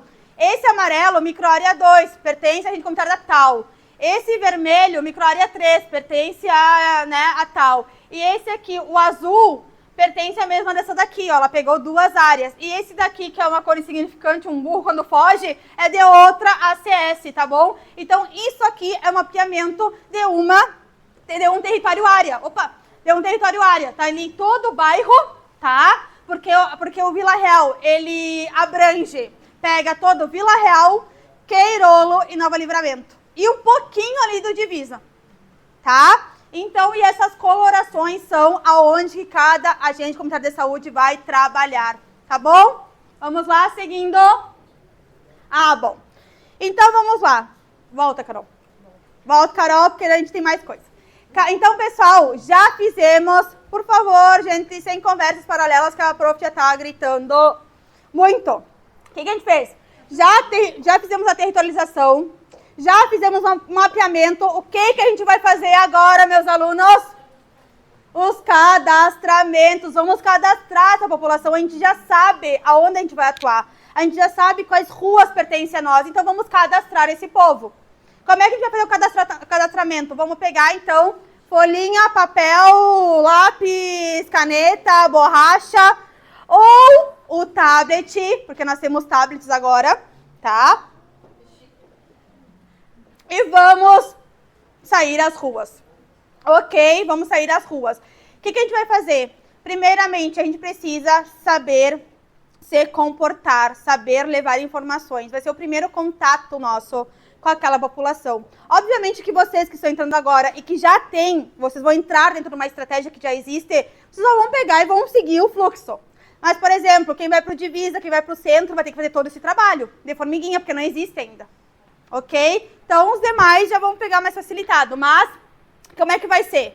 Tu vai pegar a tua folha, que são teus cadastros, e vai sair à rua com teu, né, teu equipamento, ali, teu EPI, vai chegar na casa, na residência. Tu vai te apresentar. Olha, eu sou falando de tal, sou agente comunitário de saúde, de tal estratégia. Estou aqui por isso, isso e aquilo, tá? Vim aqui realizar os cadastros. Esse cadastro é referente a isso, isso e aquilo. Explicar, se apresentar, tá? Aquela pessoa precisa saber por que ela vai contar da vida dela pra ti. Então, mas por que tu acha que eu vou ter que falar qual é a minha renda? Por que tu acha que eu vou ter que falar sobre a minha saúde? Então, tu precisa criar o quê? O vínculo. Nós, agentes comunitários de saúde, nós somos o elo da estratégia com a comunidade. Nós somos o vínculo. Eles vão criar intimidade conosco, eles vão nos contar a vida deles. Então, a gente precisa saber se comportar, a gente precisa saber trabalhar com ética, sem qualquer tipo de preconceito, discriminação, tá? Não nos compete isso, ok? Então, nós vamos lá nos apresentarmos e vamos explicar. Olha, a gente vai vir fazer... Nosso trabalho é assim, assim, assado, a gente precisa fazer um cadastramento, a gente vai coletar informações disso, daquilo, e ao longo, né, dos meses, enfim, ou pro resto da vida, quem ficar nesse cargo, nós vamos fazer as visitas, tá? As visitas domiciliares, que a gente viu lá na 11.350, visitas domiciliares, rotineiras, periódicas, casa a casa, ok? Esses cadastros consistem em quê, então? Nós temos o primeiro cadastro, o cadastro domiciliar e territorial. Como o nome já diz, o que a gente vai pegar nesses cadastros? Todos os dados referentes ao domicílio e ao território. Aí, quais são eles? A gente vai colocar ali no cadastro. Qual o nome da rua, CEP, número da casa, qual área de abrangência pertence, né, a nossa, que mais? Telefone para contato. E vamos começar a perguntar. A tua casa de quê? Madeira, alvenaria, taipa, de quê? A tua rua é asfaltada, é chão batido, tem água, tem luz, é tratada, tem lixo coletado, tem tratamento de esgoto, tem animais de estimação, quantos? Tá? Todas as perguntas referentes àquela moradia, aquele domicílio, é algo muito mais amplo, ok? Que mais que pergunta? Agora até me fugiu, é tanta informação, mas é referente a isso. São dados, assim, ó, sociossanitários. É sobre aquela casa e sobre aquele território, ok? Ah, mas não precisa pedir nada mais específico do morador. Uma única coisa. Quem for responder por aquele cadastro vai ter que fornecer um documento. Por quê? Porque aquela pessoa vai ficar responsável por aquele domicílio. Aquele domicílio tem que ter o responsável. Pode ser quem eles escolherem. Ah, não, mas o meu marido é responsável porque eu não trabalho, é ele que trabalha e ele sustenta a casa. Não importa. Nós precisamos de alguém que esteja, de preferência, sempre em casa ou em horários mais flexíveis, tá? Então, não importa se vai ser o marido, se vai ser a avó, se vai ser o filho, que já, né, que já responda por si, enfim, na maior de idade, não importa. tá? A gente só precisa de um responsável. Aí a gente vai pedir para aquele responsável o quê? Cartão SUS ou CPF. Antigamente era só cartão SUS. Hoje em dia mudaram tudo, agora o ideal é CPF, tá? Porque eles estão, como é que você faz? Eles estão... Tudo tá virando só CPF, né? Até a carteira de identidade nova vem só o CPF, tá? Então, tu vai pedir aqueles dados, vai colocar ali no cadastro. Bem no finalzinho vai dizer, você é o responsável pela residência? Sim. Então, botar ali o número do cartão SUS ou do CPF, ok? Vai perguntar quantas pessoas moram lá, quantos moradores e outras várias perguntas que eu não me recordo. Isso é o nosso cadastro domiciliar e territorial, ok?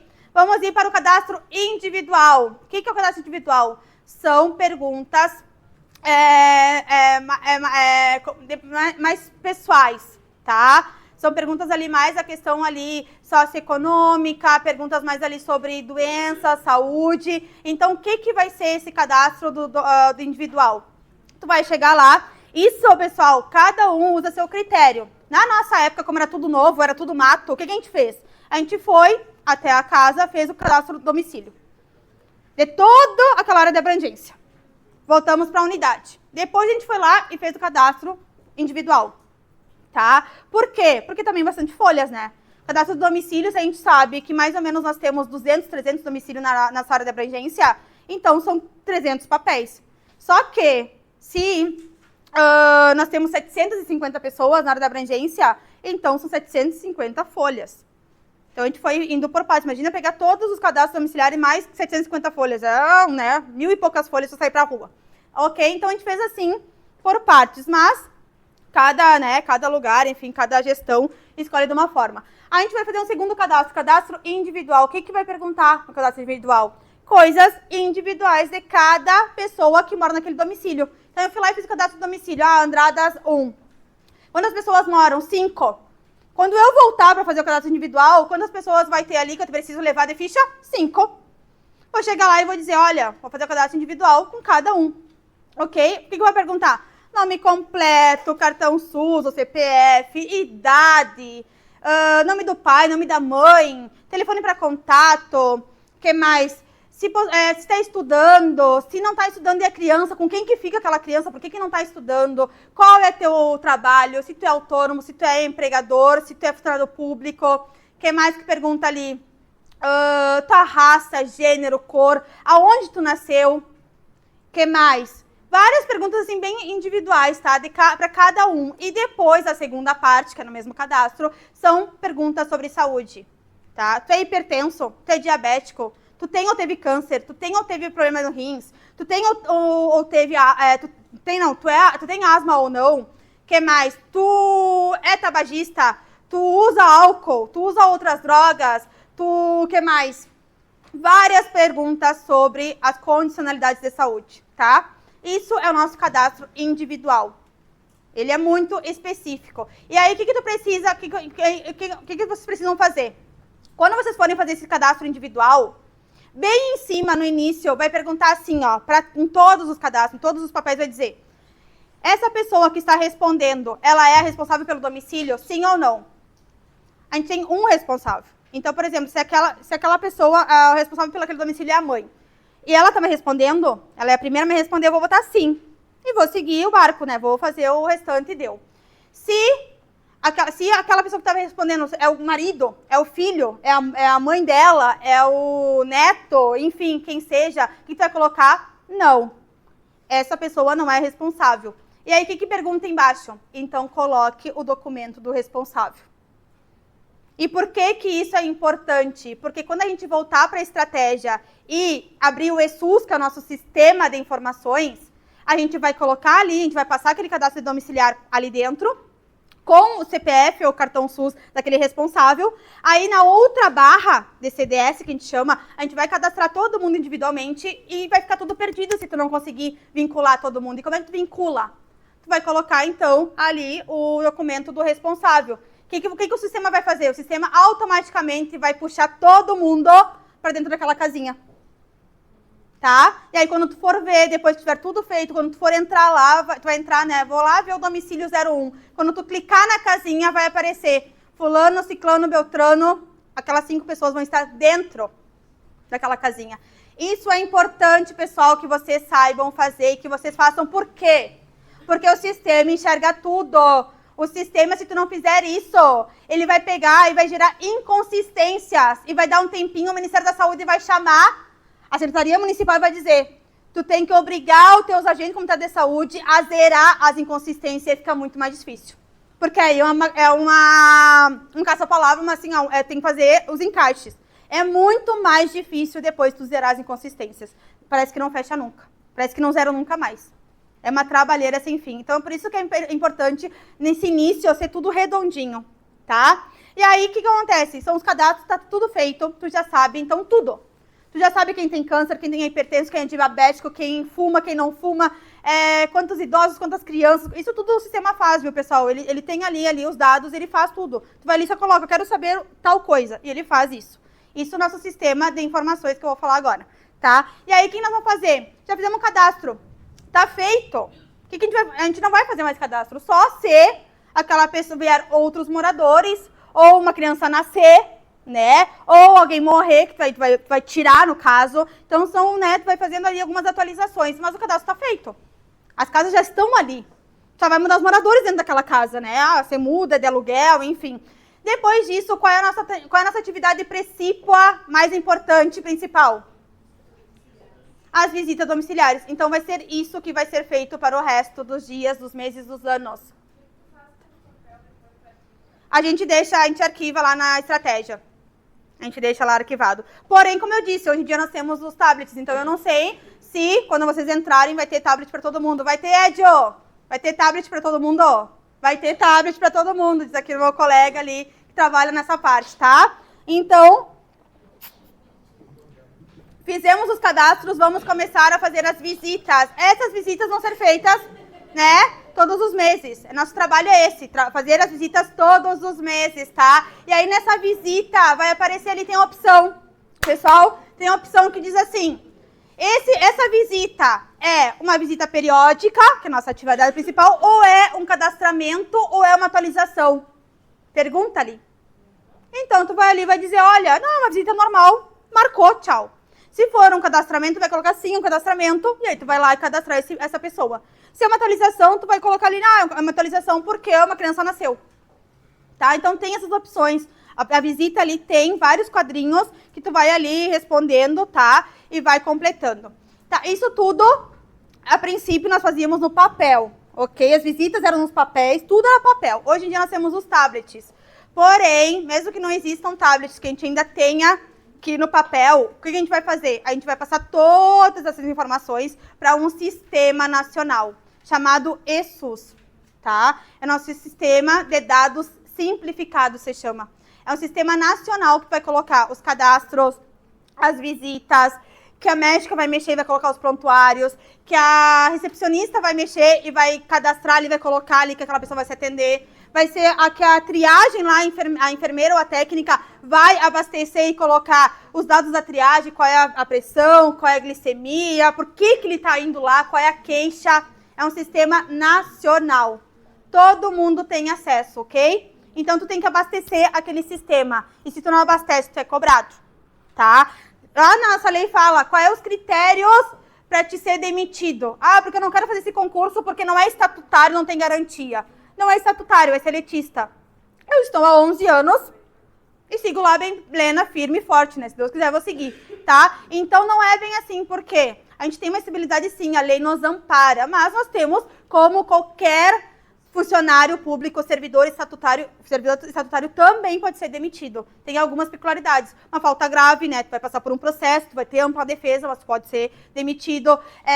Que mais ali que fala? A questão ali, se tu não tem desempenho, se tu não está trabalhando, tu nunca mais foi, tu nunca abasteceu mais o sistema, tu não fez mais nada. Tu também vai poder ser demitido, né? Vão te chamar lá para te apresentar, para te dizer o que está acontecendo, tá? Então, tem algumas peculiaridades. Então, se tu não abastecer nunca o sistema, não fizer a tua parte, vão te cobrar, ok? Tá? Então, esse é o nosso trabalho, esse é o nosso dia a dia, tá? Cadastros e visitas domiciliares, né? Casa a casa, busca ativa, encaminhar para o posto, enfim. Esse é o nosso trabalho e abastecer o sistema, o ESUS, tá? Isso é importante ter. Então, essa parte toda é como que o ACS vai trabalhar. Parece muito complexo, muita informação, mas no dia a dia, depois vira tua rotina e tu vai fazendo ali como se nada. Tu decora o nome das 750 pessoas, tu sabe quem é parente de quem, faz uma árvore genealógica ali, um genograma, né, que a gente falou, um genograma, tu sabe todo mundo, porque aquele lá é parente de lá, tu consegue visualizar, tá? Então começa a virar tua rotina e aí então não se assustem. Não se assustem com essa aula, porque o trabalho ali no início pode ser complicadinho, mas no dia a dia tu consegue tirar de letra, tá? E aí nós temos a última parte, Carol, que é a questão das doenças, porque a vacinação, nosso colega vai vir falar agora a seguir, né, nosso vacinador, né, nosso técnico, vai vir falar sobre as vacinações, tá? Foi o professor das aulas EAD, quem tem o EAD, né, viu então todas as aulas da vacinação com o Roberto, as doenças também ele deu, tá? E no caso dos presenciais, fui eu mesmo que apareci lá e dei todo o calendário de vacinação, né? Dei a vida, dei a alma para esse calendário de vacinação, tá? E aí, pessoal, vamos falar um pouquinho, o que a gente vai falar sobre isso? Por que eu trouxe essa parte das doenças para vocês? Porque no nosso edital, ele fala sobre isso. Ele fala que a gente tem que ter conhecimentos básicos sobre doenças e calendário de vacinação. E aonde vão estar essas doenças? Mas e aonde que eles pegaram essas doenças? Tá? Ou nos órgãos oficiais, no Ministério da Saúde, ou no nosso guia prático do agente comunitário de saúde.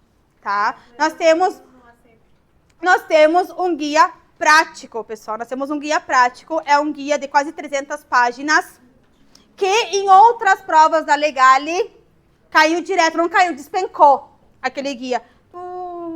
Eles vão ter acesso? Como é que vai funcionar? No EAD? Tá. No EAD, então, temos o guia prático do ACS em PDF.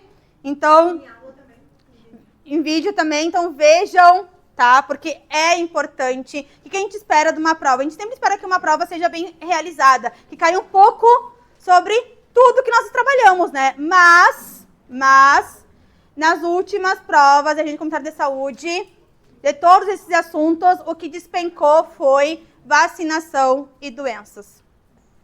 Por isso que meus alunos do presencial foi o último assunto que eu dei com eles. Para eles terem mais fresquinho na memória, pelo amor de Deus. Tá? Então, né, nós temos ali... O que fala no nosso guia? No nosso guia, ele começa falando sobre a questão ali... que tu como ACS, é um guia, pessoal, que ele está ali ensinando a trabalhar. Então, ele está sempre se colocando no lugar do ACS. Tu, como ACS, diante dessa situação, o que tu vai fazer? O que tu vai orientar? O que tu vai perguntar? Tá? É um guia de respaldo que a gente tem. No início do guia, ele já fala ali sobre documentação. Tá? A gente fala muito ali do CPF, cartão SUS, enfim. Mas para ser criado CPF, cartão SUS, identidade, o que a gente precisa? Certidão de nascimento. Tá? Esse é o primeiro. Quem nasce tem que ter certidão de nascimento. Então, a gente tem que pensar, chegar lá naquela gestante que ganhou o bebê e falar, fez certidão de nascimento? Não, não fiz ainda. Então, tu vai lá fazer. Tu vai pegar o quê? Aquela certidão de nascimento vivo, a via amarela no hospital, e vai ir com teu documento lá no cartório. Temos aqui um colega, né, trabalha no cartório lá. Fui lá outro dia renovar minha certidão de nascimento. Tiveram que catar muito nos livros lá, né? 500 mil livros. Tá? Então... vai dizer ali, vai registrar. Qual é o tempo ideal? 15 dias, no máximo. Mas, se não for registrar antes, né? Vai ter que ir em qualquer momento. Vai lá e vai registrar a tua criança, tá? Porque através da certidão de nascimento é que tu vai fazer os outros documentos que a gente precisa. Porque se a pessoa não tem certidão de nascimento, aquela bebê não tem, a gente não vai conseguir registrar no sistema. Tá? A gente não consegue registrar, aquela pessoa não vai existir pra gente. E isso vai ser cobrado na gente. Mas como assim tu fez um pré-natal de uma pessoa e a pessoa faz 5 anos que tá grávida? Nunca apareceu o bebê? Cadê o bebê dessa mulher? Isso é cobrado, tá? Então, a primeira orientação, fazer os documentos, ok? E aí começa a falar sobre o quê? A gestante, o recém-nascido, o bebê. Começa a trazer informações, ok? O que fala ali? Recém-nascido. Até quantos dias é recém-nascido? 28 dias é considerado recém-nascido, ok? Até quando a mulher é considerada puérpera. 45 dias até 60 dias, tá? Isso que mais? Então, vai vindo muitos dados, muitas informações, tu começa ali, aí te dá orientação, olha, o que tu precisa daquela gestante? Pessoal, estudem gestantes. Cai muito na prova. Estudem gestantes. Estudem o que elas precisam, quais as obrigatoriedades da gestante. No mínimo, quantas consultas pré-natal? 6. No mínimo, 6 consultas pré-natal tem que fazer uma gestante, tá? O que mais precisa saber? Então, tu tem que chegar lá e perguntar, olha, tem caderneta já da gestante? Não, não tenho, então vamos fazer. Com aquela caderneta de gestante, tu vai ver, ah, tu tem vacinas para fazer, tu tem como comprovar que tu fez elas? Ah, eu não tenho, eu perdi. Ah, mais ou menos quanto tempo? Ah, tanto tempo. Pessoal, o sistema não é tão antigo, então às vezes tu não consegue. Entra no sistema com nome e tu não consegue visualizar. Se tu não tem dado nenhum registrado, se tu não tem mais carteira de vacinação, se o sistema não aparece, tu vai ter que fazer tudo de novo, tá? Caso tu tenha, tu pode fazer um reforço, dependendo de quantos anos, né? Tu tem ali a parte da vacinação, tu pode fazer um reforço. Então, o que mais tu vai ali? Se faltou para o Natal, tu vai lá atrás dela perguntar por que faltou, né? Agendar uma nova consulta, dar auxílios, né? Informações, orientar sobre a questão do parto, né? Explicar sobre a amamentação, incentivar aquela mulher, pode dar ali orientações sobre como amamentar, como faz a pega. Ah, mas tá empedrando, tu pode dar algumas orientações, a gente tem essas capacitações, a gente tem isso. Nós tivemos agora há pouco uma que foi super importante. Então, ter toda essa questão, tá? Toda essa questão da gestante. Caderneta de vacinação da gestante. Estudem, prestem atenção na aula do nosso prof. Roberto, porque despenca em prova a vacinação da gestante, tá? E é bem detalhada, é bem complicadinha, tá? Então, preste atenção no ciclo de doses da gestante. Aí fala ali sobre a criança, enfim, recém-nascido e tudo mais. Aleitamento materno. Até quantos meses aleitamento materno exclusivo? 6 meses, aleitamento materno exclusivo. Sem água, sem chá, sem nada. A partir do 6º mês, tu pode começar a fornecer água, um suquinho de fruta, uma papinha salgada, uma doce. Tem alguns critérios também. Dos 6 a 7 meses, quando começa a introduzir aquela alimentação. Uma salgada, 2 doces. E livre demanda do leite, ok? A partir do 7º mês, 2 doces, 2 salgadas. Não liquar, ó, garfinho. A criança precisa sentir a consistência dos alimentos, tá? Dar líquidos no intervalo das refeições. Não vai dar papinha e vai dar mais água para a criança. Não.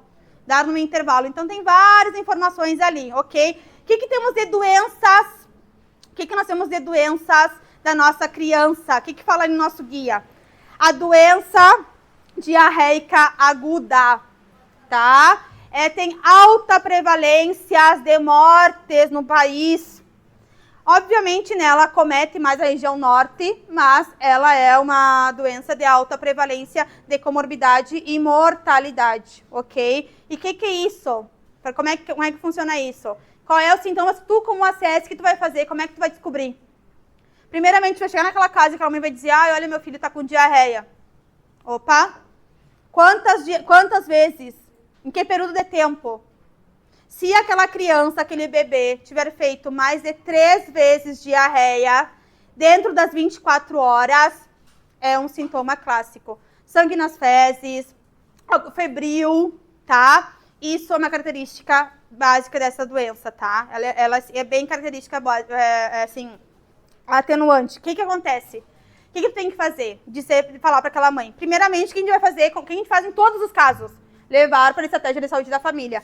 Mas, entre poucas coisas que a gente pode fazer isso sim, que é orientar aquela mãe a imediatamente hidratar aquela criança, tá? Por que ela mata tanto essa doença diarreica aguda? Por causa da desidratação rápida. Porque essa doença, ela dura de 2 dias a 14 dias.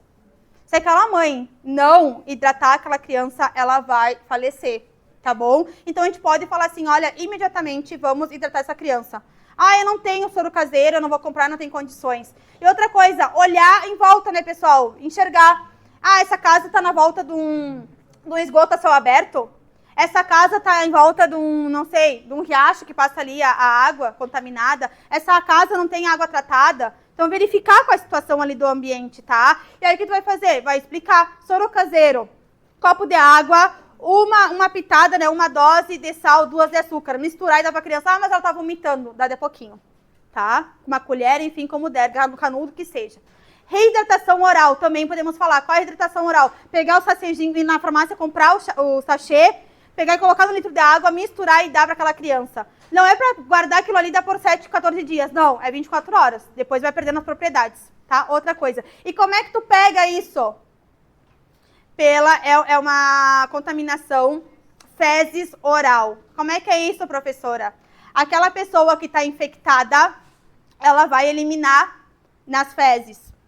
E aquelas fezes, mas e como é que é a questão? Por que é pelo alimento? Por que é a água? Por que é porque aquelas fezes, se tu não tem um esgoto tratado, se aquelas fezes, aquele esgoto vai para um riacho, vai para algum lugar, ou se aquela água não é tratada, tu pega de uma, sei lá, da esquina ali, né? Não sei, tá? Então, o que acontece? A transmissão é feita assim. Aquelas fezes infectadas, tu vai evacuar, vai ficar ali a infecção ali, tá? E aí, se aquelas fezes contaminarem um alimento, uma água, tá? Outra coisa, se aquela pessoa foi no banheiro, não fez a higienização direito das mãos, vai lá e te cumprimenta e tu coloca a mão na boca também, tá? Pode ser então de pessoa para pessoa. Outra coisa, possibilidades de moscas, baratas, forem ali naquela infecção, poder ter passado também, tá? Então, é esse tipo, né? Fezes oral, vai entrar pela boca essa infecção, tá? Essa contaminação. Então, ter cuidado com essa questão da doença diarreica aguda, porque ela tá ali no nosso guia, ok? E aí nós vamos falar sobre as doenças da comunidade, ou as doenças da sociedade. A gente trouxe aqui as principais, a gente trabalhou aqui, né, quem tá no EAD, enfim, nas aulas, a gente trabalhou sobre isso, sobre várias. Então, nós temos doenças agudas ou crônicas. Doenças agudas, elas aparecem e somem. Elas aparecem ali rapidamente, têm os seus sintomas e somem, te cura e deu. Doenças crônicas, tu leva pro resto da vida, tá? Ah, tem doenças crônicas que tem cura? Tem. Câncer é uma doença crônica que tem cura, tá? Por exemplo, hanseníase, tem cura. Tuberculose, tem cura. Mas elas são consideradas doenças crônicas porque elas podem até acompanhar ao longo da vida por muitos anos. Então, nós temos ali doenças da comunidade ou doenças da sociedade. Onde que está isso, as doenças da sociedade? Nós temos um programa chamado Brasil Saudável. Foi questão de prova, quem está no EAD ou quem comprou a apostila. Questão de prova da Legale, perguntando lá sobre a leptospirose.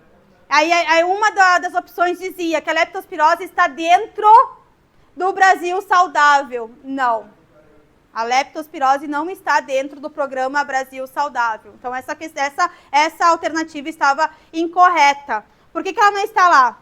Porque nós temos outras doenças consideradas da sociedade. E qual é a intenção dessas doenças da sociedade? O governo, enfim, o Ministério da Saúde, está sempre ali em cima para erradicar, diminuir ou eliminar essas doenças, tá? São as doenças que mais acometem a população. Então, nós temos aqui doenças da comunidade.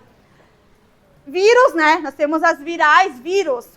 Então, coronavírus, tá? O que mais nós temos aqui? A rubéola, a cachumba e o sarampo, tá? São virais também. Né? Nós temos a vacina, a tríplice viral, que o professor vai falar, a tetraviral, que o professor vai falar. Nós temos a poliomielite, que é aquela que causa paralisia infantil. Ela é uma doença bacteriana, ok? Mas ela é altamente contagiosa, transmissível, tá? Que a gente fala também da antiga gotinha, lembram? A nossa VOP, né? Que agora o professor vai explicar sobre isso. Meningite, também extremamente fatal, perigosíssima, grave, a meningite, né? É aquela inflamação das membranas que envolve o cérebro e a medula, tá? Meningite, tuberculose, por isso que é tão importante a nossa BCG, nossa primeira vacina ao nascer, BCG, importantíssima, porque a tuberculose, ela é gravíssima, tá? O que mais aqui? Hanseníase. A tuberculose e a hanseníase, pessoal, elas são mais ou menos parecidas, tanto é que a BCG, mesmo que seja cientificamente comprovada que ela é para casos de tuberculose, as formas mais graves de tuberculose, já tem estudos que comprovam que a hanseníase, para quem tem a BCG em dia, a BCG ela tem uma proteção ali que ela ajuda a prevenir a hanseníase. Então, elas são um pouco parecidas, tá? Elas têm essa questão, a tuberculose, ela é a questão ali da tosse seca por 3 semanas, ok? A tuberculose, o tratamento, ele tem que ser feito corretamente, né? 6 meses no mínimo. Se tu não faz aquele tratamento por 6 meses, a bactéria cria resistência e tu não tem cura, por isso que ela vira crônica, tá? Cuidar a questão ali, como é que vai fazer? Ela é contagiosa e ela é por vias aéreas, né, respiratórias. Então, cuidar isso, a pessoa que está contaminada tentar usar uma máscara ou tu usar uma máscara, deixar o ambiente arejado, aberto. Questão de prova, quem fez já o caderno das questões tem essa questão.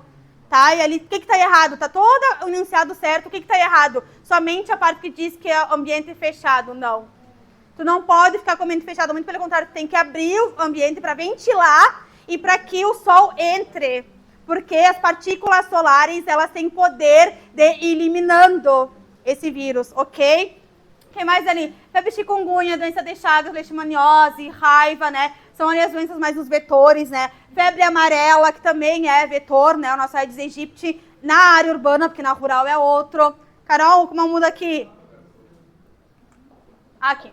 Outras coisas. E essas aqui são as mais comuns no Brasil, pessoal. Já vamos encerrar. Então, nossa diabetes. O que é a diabetes? É uma doença muito comum, prevalente no Brasil, ok? Que é quando o teu pâncreas não produz mais a insulina. Teu pâncreas não tem mais, não está funcionando direito e ele não vai produzir a insulina. Ou ele não vai produzir nada, ou ele vai produzir insuficientemente, tá? Se ele produz menos do que ele deve, diabetes tipo 2, diabetes mellitus tipo 2, a diabetes mais comum, que é com medicamento e mudar a atividade física, alimentação, né?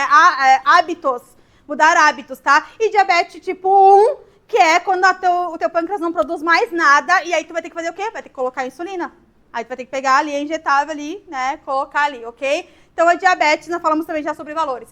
O Alzheimer, tá? Ela acomete pessoas mais avançadas, né? De uma idade mais avançada também, ela é uma doença comum, né? No nosso país. E hipertensão. Na verdade, a hipertensão e a diabetes, ela andam meio lado a lado, né? Normalmente, quem é hipertenso vira diabético, quem é diabético vira hipertenso. É um combo ali. Se chama comorbidades, quando nós temos mais de uma doença simultaneamente ali trabalhando juntos, porque tu vai ter que fazer tratamento com mais de um remédio.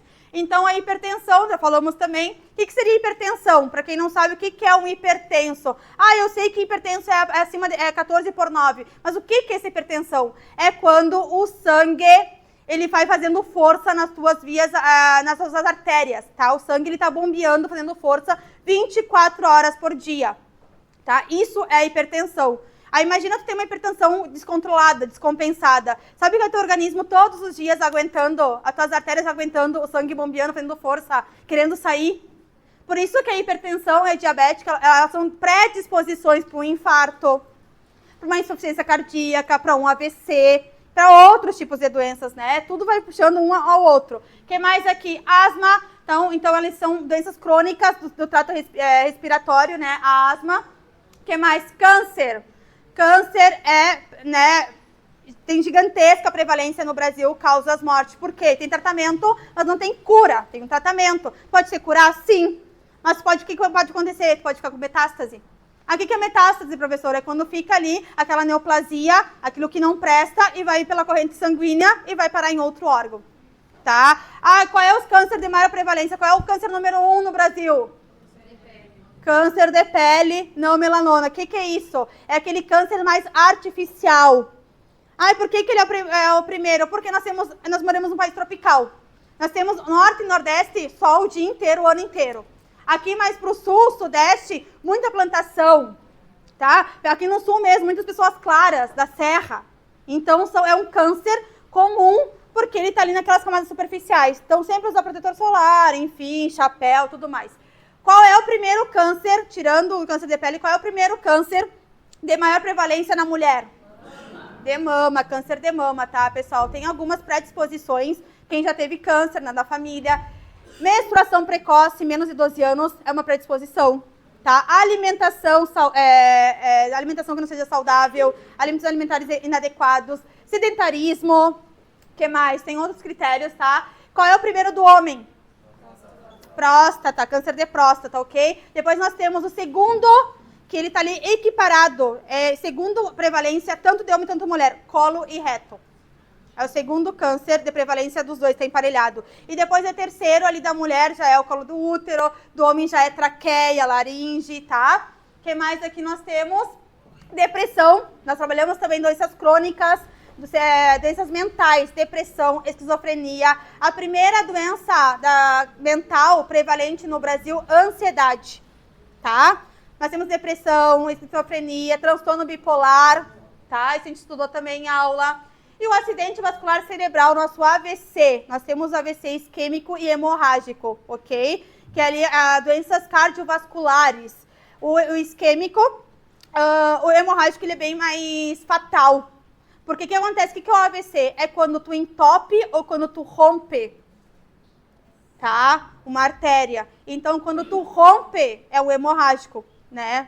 Ela é muito mais fatal. Quando tu entope, tu tem procedimentos cirúrgicos, enfim, tá? E aí, isso seriam as doenças da comunidade ou as doenças da sociedade. E aí tem ali, né, como a gente falou, tem AIDS, acho que tem mais, né? Tem aqui. E as últimas, que são as nossas infecções sexualmente transmissíveis, elas também são doenças da comunidade, doenças da sociedade, ok? E aí nós temos alguns casos aqui. Por que mudou, pessoal? Antes era doenças sexualmente transmissíveis, agora é infecções sexualmente transmissíveis. Por quê? Nem toda a infecção torna-se doença.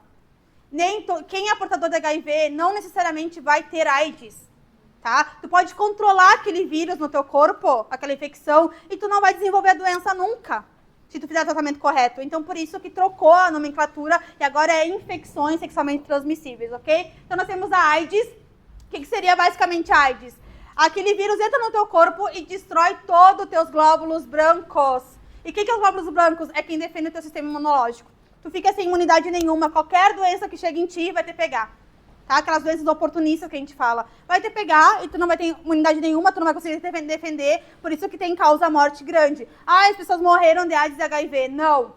Elas morreram porque aquele vírus matou tudo por dentro delas e uma doença veio e se manifestou e matou ela, né? Uma pneumonia, né? Uma tuberculose, ok? Sífilis, nós temos ali uma doença, outra infecção sexualmente transmissíveis, ela tem ali a questão... Bom, pessoal, né, acho que nem preciso explicar muito, mas são infecções que elas são transmitidas através de relações sexuais, né? Ou a questão ali do sangue, tá? Dos líquidos corporais, que a gente fala, ok? A AIDS, só para fazer um adendo, a AIDS, ela pode ser transmitida pelo sangue, pelo esperma, pelo líquido vaginal, tá? Ela não é transmitida, o vírus, não, o portador do HIV, não é transmitido pela saliva. Também questão da nossa Legale, questão do nosso livro.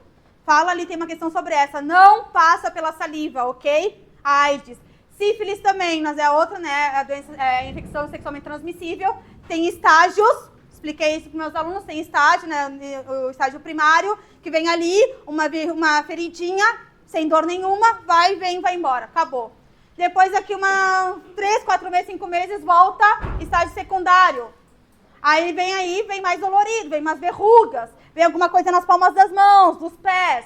Mas ele vai sumir também. Não deu bola.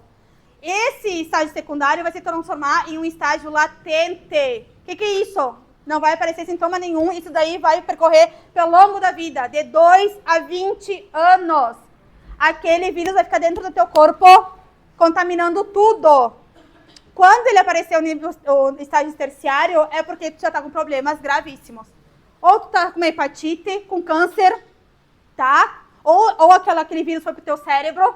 Quando ele aparecer no estágio terciário, é porque a coisa tá grave. Como é que eu vou prevenir isso? Os testes rápidos que a estratégia da saúde oferece. AIDS, sífilis, hepatites, tá? Tem como prevenir. Mas eu já tô com a sífilis. Mas se tiver no início, tu vai fazer um tratamento com o mesetacil, vai ficar curado. Acabou. Tá? O que mais? Gonorreia e clamídia, elas são muito parecidas na questão da transmissão, na questão de o que pode acontecer contigo, né? As duas causam ali infertilidade, podem prejudicar o feto, impotência sexual, conjuntivite, cegueira, tá? São doenças comuns também. Herpes genital, tá? E HPV. Nossa HPV é a questão ali, a gente tem ali a nossa vacina do HPV, 9 e 10 anos. Tá? Para meninas e para meninas. Antes era só para meninas.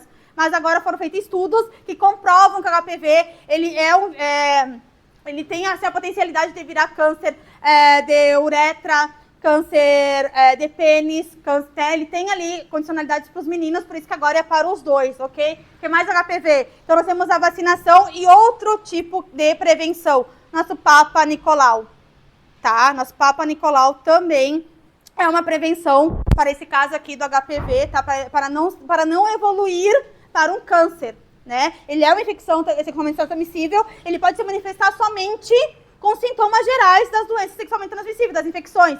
Corrimento vaginal, verrugas, feridas, dor a urinar, dor na relação sexual, dor no baixo ventre. Pode ser só isso. Mas, se se transformar em câncer, né? Então a cura vai ser muito mais difícil. E aí, resumidamente, é isso, tá? Muito obrigada. Desculpa, né, se prolongou a aula, mas agradeço muito.